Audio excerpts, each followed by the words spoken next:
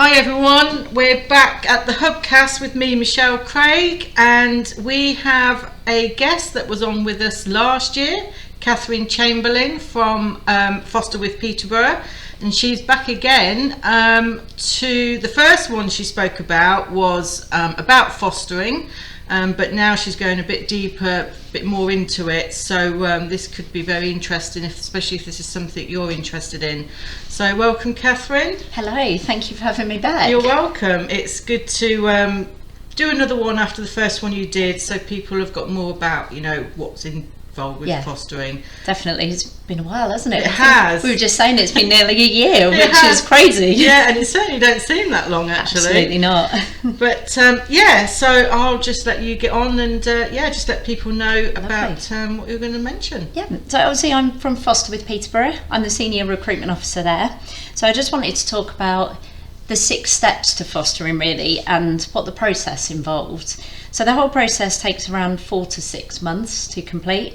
So we have the inquiry stage, where you get in touch with us. We have the home visit, then the application, your assessment and training, and then panel approval. So quite a lot of steps, and quite a lot of things that happen, obviously, within those. So it's just really to give an outline of what each of those involves. It's a good idea. Yeah, and for people that have maybe looked at our website and seen what we call the 6 steps to fostering, but maybe not had a chance to actually look at what each step is. So firstly, if anyone is thinking about it, then the best thing to do is get in touch. Yes, definitely. So website, phone, email. What we do is we have what we call like an initial telephone call, just to gather some initial details about yourself, your family, work commitments, and sort of see what availability you might have. Because obviously fostering takes a bit of time, takes a bit of commitment. So we'll just ask a few basic questions really about your lifestyle and sort of see if there's availability and suitability. So you must be over 21, you must have a spare room, and you must be a permanent resident of the UK or have indefinite leave to remain in the UK. So it's important that you have that stability to offer to a child or a young person. So once we've gathered that initial information, we'd come around and do a home visit. So discussing fostering in a bit more detail with yourself and a partner if applicable. If there's children in the home, so if you've got your own children, we might ask their wishes and feelings and sort of what they know about it. It's important for them to be on board because obviously they're going to have other children in the family. That's right, it's going to affect them as well, isn't it? Absolutely. So we say that fostering is a sort of family decision. We look at the space, the spare room that you have, to assess whether you could offer care maybe to more than one child. Could you offer care to a brother and a sister or siblings? Again, depending on how much space, and that is a big factor for people because you might have a small room, might only be able to offer a home for one child, but whatever you have is always helpful for us. So it's very much dependent on what you can offer and what what your preference is. So we talk about maybe an age preference as well, what might best fit with you and your family. If you've got older children, would younger children fit better, or the other way around? So we discuss it with you, and we're quite led by the applicants and the person, because obviously it has to be right for them. So after the home visit stage, if everything has been positive, then we start what we call the formal application process. So unfortunately that does mean a little bit of paperwork. I know everyone will groan at that, but it's not too intensive, and we can offer support with that as well if you're struggling with anything. But they can either be filled in paper form or electronically, so it's quite straightforward. And then once the application form's completed, I think that's when the sort of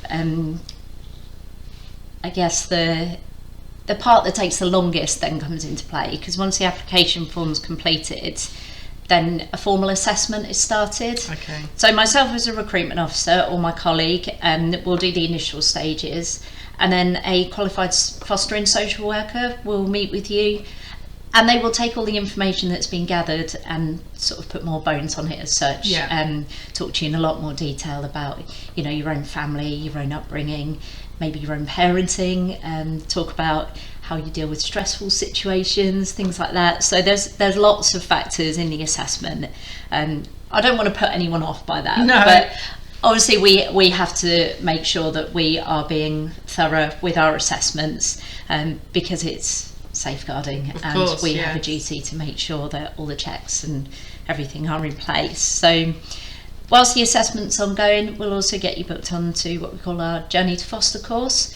So it's a 3-day training course where you will learn much more about what foster carers do, and why children need foster care, what support is available for children and their carers.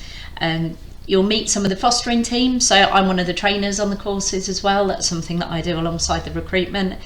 And we have started to involve elements of VR training as well. Okay. So quite immersive, sort of bringing trauma to the eyes of the child, Mm-hmm. and being able to understand the impact of trauma that many children who come into care have experienced. So it's quite intensive, but Yes. it's a really useful way of sort of explaining how children have been impacted, and Yes. you know what you can do to support them, and it's a really good way to meet the fostering team and other people that are sort of on the fostering journey as well. So it's not all like PowerPoint slides and reading information to you.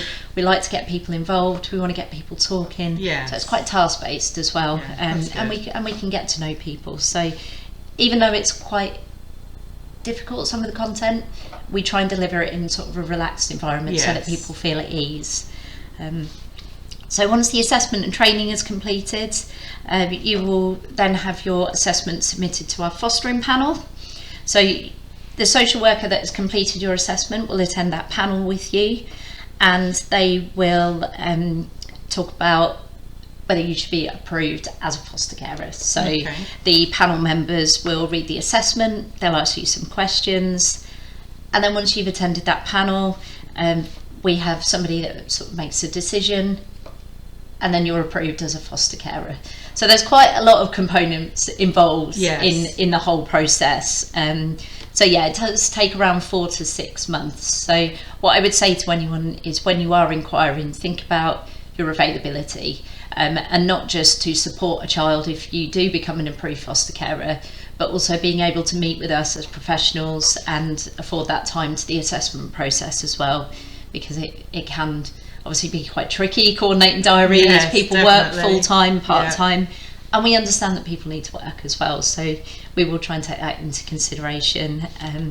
But yeah, just have a think about, you know, how much time you can Yes. afford, and it's not just the end process, it's sort of the whole process. So meeting with social workers, attending training, things like that, it's all really important. And so that kind of summarises really the 6 okay. steps. So hopefully it's made a bit more sense to people that have maybe been thinking about it and not really sure where to start.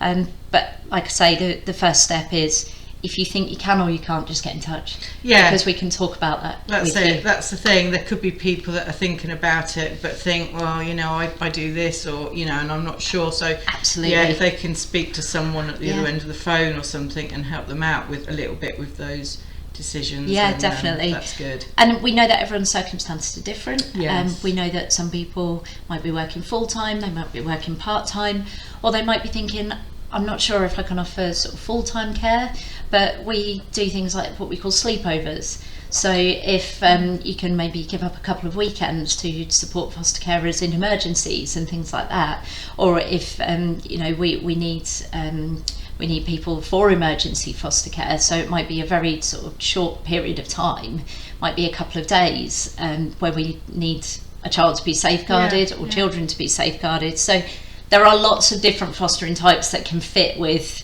working commitments. Yes, that's quite good actually, because there may be people out there that didn't know that. Absolutely. You know, just short term, or to help out at weekends, or something like that. So that's good as well. Definitely. And what I will say is that everyone's circumstances always change. Yeah. So if you do start the process with us and you become an approved foster carer for maybe you know, emergency, or you know, only a couple of days sleepovers, over time, as your own family might grow up, then you might find that you've got more time, and then you could end up being a full-time foster carer once your own circumstances change. So the good thing is that once you're approved, it's very easy to kind of then add to the fostering types that you can offer as things change.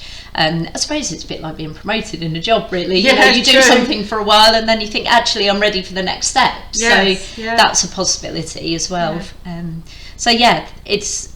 It's quite a lot to take in. Probably people have looked at our website and thought, God, there's so much information here. But it's just encouraging people to come forward and just ask those questions. We don't want people to rule themselves out, because it might actually be a simple conversation.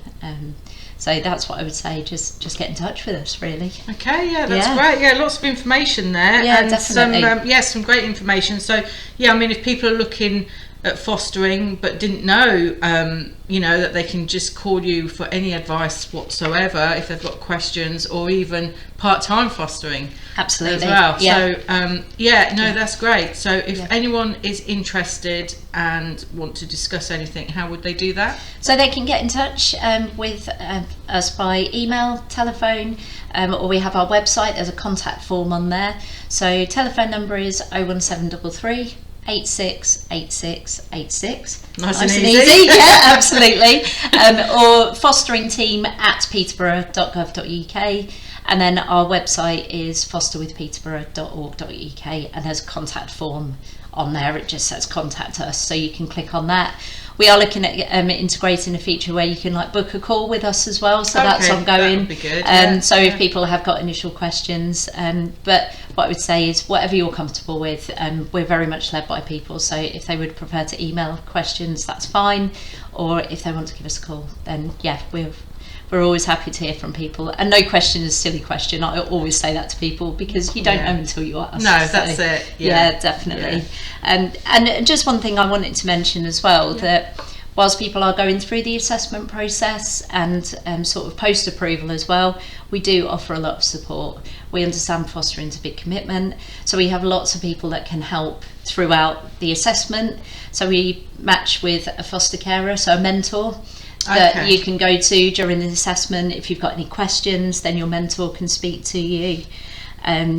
After you've sort of completed the assessment and you're approved, then you will have a supervising social worker as well. So somebody who's responsible for ensuring that you're supported and will monitor how things are going with the children that you're looking after. We're also really keen to get everyone involved and sort of networking and building a support network. So we offer things like coffee mornings. That's good. Just for people that just want to get together, have a chat, share advice, and share situations. Yeah, that's a good thing to do. People get together and chat. Because some people might not have a lot of family and friends in their support network. So if we can provide that as an enhancement for people, then it's going to be really helpful. So there's also other benefits as well when you're a foster carer. So we offer free gym membership with Vivacity. So quite good if you've got young adults, you've got children, and everyone can go and have some leisure time, go swimming. Older ones go to the gym, do gym classes and things. So that's something that we offer as well. And you'll also be entitled to apply for a blue light card as well, so you can get discounts on things like shops, restaurants, cafes, days, really even days out and hotel stays and things like that. So it's a really nice thing to have, and it's always nice to save a few pennies here and there. Definitely. So they're just some of the benefits that we offer as well. So we are very big on supporting people, and we want people to feel that they are supported and they've got someone to talk to. So I think that's one of the nice things about Foster with Peterborough. We very much work together, and we're a really approachable team. It sounds like it. And it's a really supportive environment. Okay, that's good. No, some great information there.